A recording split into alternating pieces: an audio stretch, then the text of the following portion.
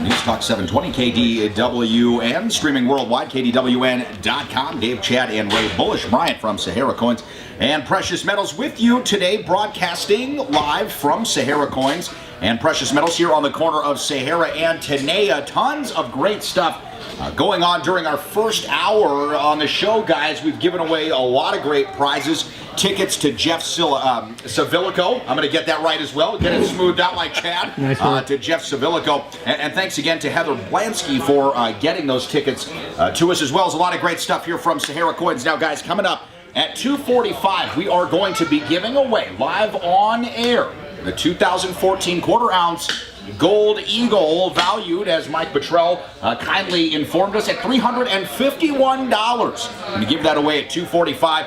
Still time to drive your butts down here to the corner of Sahara and Tenaya. Register here in the store or register online if you're still in front of a computer at SaharaCoins.com. Just hit the Coins for Christmas icon and put the word Gold Member into the subject line. You will be added. Ray, you're updating everything moment by moment, correct? I am, absolutely. That's actually what I'm doing right now, adding a couple of names of folks that just registered here in the store. I watched them register. Now, Ray, I'm going to be so bold and say, okay, it's worth $351 now. I have a feeling within just a couple of months it's going to be worth well over $400. That's just my prediction. I completely agree with you. Easily. So if you want to hang on to this thing, it's going to grow. If you want some Christmas cash, you win it, you turn, and you sell it. Yeah, we'll buy it right back from you. Listen, I'll tell you what. I might buy it from you. With this, with this current economy, the way that markets seem to be shifting and adjusting, and especially if you're somebody that's relatively new to the whole coin collecting or divergent investments, putting your money into non-traditional stocks, bonds, etc. This is a great way to get yourself started. Get a little collection going and build from there. As we've talked about here on the show, fellas, I started my coin collection, rather recently, but I've done some numismatics. Obviously got the Christmas present from you guys, thank you. Done silver rounds, so there's ways to get involved in gold and silver and precious metals without breaking the bank. And I think that a lot of times, guys, people hear us talking about this, and we're, talking the prices of gold and silver and ounces, $1,200 for gold, a little bit under today, and silver obviously very inexpensive, and they think, man, I'm going to have to spend that much money. But Ray, you've got a whole bunch of different ways for folks to get in on gold, especially fractional stuff. Yeah, we can get you into anything from bars to coins, very, very small. I mean, we can get you into 1/20th ounce, and 1 gram even. I can get you into 1 gram of gold. So you can start small, get into bullion, get comfortable there, and then if you decide you want to move forward into numismatics, that's something we'll educate you on and help you to protect your money even further. Yeah, and the one thing about collecting silver is that after a certain point, it starts to get heavy.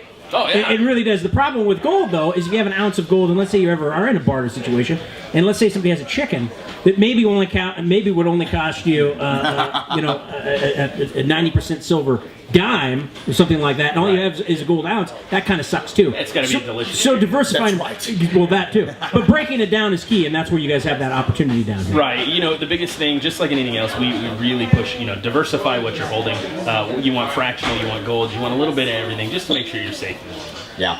All right, coming up in a little bit here on the program, guys, we're going to be taking a look at sports in the Sports Carnival, talking about the Saints destroying the Chicago Bears last night, 31-15. That's great. Oh man, listen, I don't know how either of these teams finds a way to win this season. The Saints have been in a race to the bottom in the NFC South. The Bears have been way worse than advertised on all fronts this season.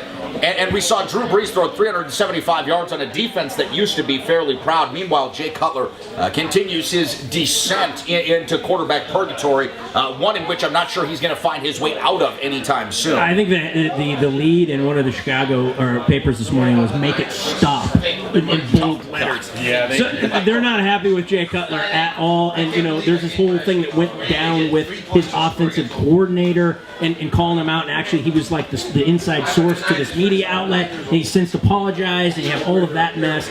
It looks like the creepy Mark Trestman might be out of a job very, very soon. Yeah, it's bad news all the way around in Chicago, especially when last year you were winning with a guy named Josh McCown, who's now playing quarterback for a team called the Tampa Bay Buccaneers. If you haven't heard of them, it's because they're horrible. And you didn't guarantee some guy $54 million. It just made you look horrible on Monday Night Football. Yeah, they're locked with this guy until 2016. Ray, being a Denver Bronco fan, a former sufferer of Jay Cutler quarterbacking, he understands full well what this is. It's just like Forrest Gump. He came into the locker room one day and some little girl looked at him and said, "Can't sit here." And that was it. He's gone. It's over. Also coming up in the Sports Carnival, we're going to be talking about Kobe and the Lakers losing big to the Pacers last night after he breaks MJ's record there, at least on the all-time scoring list. Not a surprise, let's be honest. No. Lakers losing to Indiana, not a surprise. No, especially not a night after he had to put up so many shots just to get the win that they did get. But now I want to transition to New York State, fellas, a story that I found on the offbeat section of MSN.com this morning. It's something that, first of all, I didn't even know was legal before I read the story, and now, of course, it's being banned, which I'm glad, and I didn't realize that we needed laws about this. New York State officially banning pet tattoos. Why is this so bad? What's wrong with if you're a big tattoo guy? What's it so bad? I mean, seriously, if it's good enough for humans, why can't it be good enough for the your dog can't talk. So when we're done here, you can't say another word. I'm going to take you to a tattoo parlor, lay you down, and we're putting thug life across your neck. Okay, well, first of all, I'm not a tattoo guy. I don't have a tattoo. I never desired to have a tattoo, so I don't know what it feels like. How do you know your Pekingese is, though? Well, that's true. You are a tattoo guy, though, right? You have tattoos. Right. How painful is it really? I actually enjoy it, and I'm not making that up. I really You enjoy it, but you wouldn't do it to your dog. And not because of the pain, because the dog can't make the choice to have some idiotic thing on him that I decided to put on him. Yeah, so you're saying that tattoos aren't idiotic in general, just on the dog it would be stupid. Right, because if I decided to put a tattoo on my dog, it wouldn't be anything cool. So, I mean, here's the thing, and I guess, I guess this is the kind of the question, the reason that I wanted to bring this up. How many people are actually tattooing That's a good question. their animals, and whom, may I ask, is tattooing them? These can't be sanctioned tattoo parlors, because how do you ask the dog if he's had too much to drink? Right. I mean, I give my dog... I mean, exactly. Now, here's the thing. The other thought is, are they doing it with IDs? Are they putting dogs' IDs on them? And then in which case, what do you count them? Do you count them in animal years, or do you count them in human years? Because, see, an 18-year-old dog could be, what, about, a two-year-old dog. But taking it a step further, it says they're piercing them as well? Now, let me ask you this, because I don't know anything about tattoos or piercing and that kind of stuff. So, when you go in there, normally they don't give you any kind of anesthetic or any kind of something to numb the pain, correct? There's some places that will use it. It's called Bactine, and it's like a topical. I remember Bactine. BS. Yeah. Personally, I'm not a fan of it. So, I mean, I guess that would be the question: does the dog? I mean, maybe they give them something before they do it. Maybe. Ultimately, who really wants to tattoo their dog? I'm just trying to argue the other side because you guys were both against it, so I had it before. Well, I don't have a leg to stand on. If you ever have a Chihuahua with a 49ers logo on it, it's going to go bad. You're listening to Live in Las Vegas here on News Talk 720. I don't want him to be a loser. KDWN, where Chad has got 4 legs to stand on with his furry friends who don't want tattoos. It's Coins for Christmas, live here from Sahara Coins and Precious Metals, corner of Sahara and Tenaya. Now, coming up at 2:45, guys, we're going to be giving away that 2014 quarter-ounce gold eagle. Folks have been registering for the last 2 weeks online at SaharaCoins.com by clicking the Coins for Christmas icon and putting the word gold member into the subject line. And we're going to be announcing the winner live here on air. Another story, fellas, that I found to be quite interesting, and again, having to do with animals, so let's keep it in the fam, or on the farm, should we say. In Idaho, a cow, 1,000-pound cow, being prepared for slaughter, jumped a 6-foot fence and bolted through the streets of Pocatello before being shot and killed by police. Now, this is one case, guys, where I would have to say police may have been forced to use lethal means, only because when you were talking about a cow, I mean, 1,000-pound thing, these things cause damage. Well, let me tell you, first of all, I've been through Pocatello, Idaho, and that would be a really exciting day in Pocatello. If a cow gets loose, I mean, that's on the news all day. I mean, they're covering that like CNN. They got this 24-hour coverage. But, talk about fast food, by the way. Here's the thing. It's going to end up dead anyway. I would imagine there's going to be a protest of some sort here, but the cow's going to end up dead anyway. It's a 1,000-pound animal that got himself over a 6-foot fence. Let him go. That's true, yeah. Just for effort. I mean, come on. That is. I know I couldn't get over that 6-foot fence, and I don't weigh 1,000 pounds. We're close, but not quite.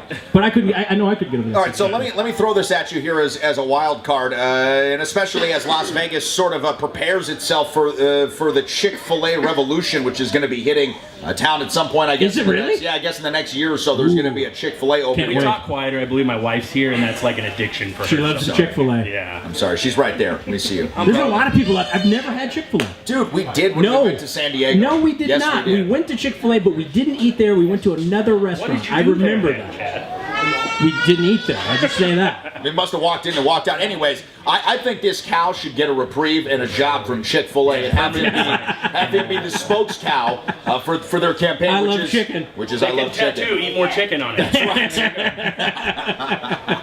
That's great. Oh, that is great. Now, let's see. What else do we have here? Oh, this is something I found to be great for you, Ray. Rings in Boston, Massachusetts, giving to a Salvation Army. This was an old set, like a wedding set. Okay, so a 3-stone diamond ring along with a wedding ring itself, just gold bands, given to the Salvation Army. Fetched $21,000 for toys for kids. So I would ask you, is there ever a time in which you can imagine giving away something from the store here to charity for toys? Is there ever a day that Cheryl might just say, pop that old Honus Wagner out and give this thing to charity? You know what? Not being funny, we've done it. Really? We've given away substantial amounts of gold to a school in Northern California to raise money for veterans' children. But no Honus Wagner card, though. No rookie Honus Wagner. Let's not. Okay. Hey, when we come back, still much more to talk about here on Live in Las Vegas. Stay with us.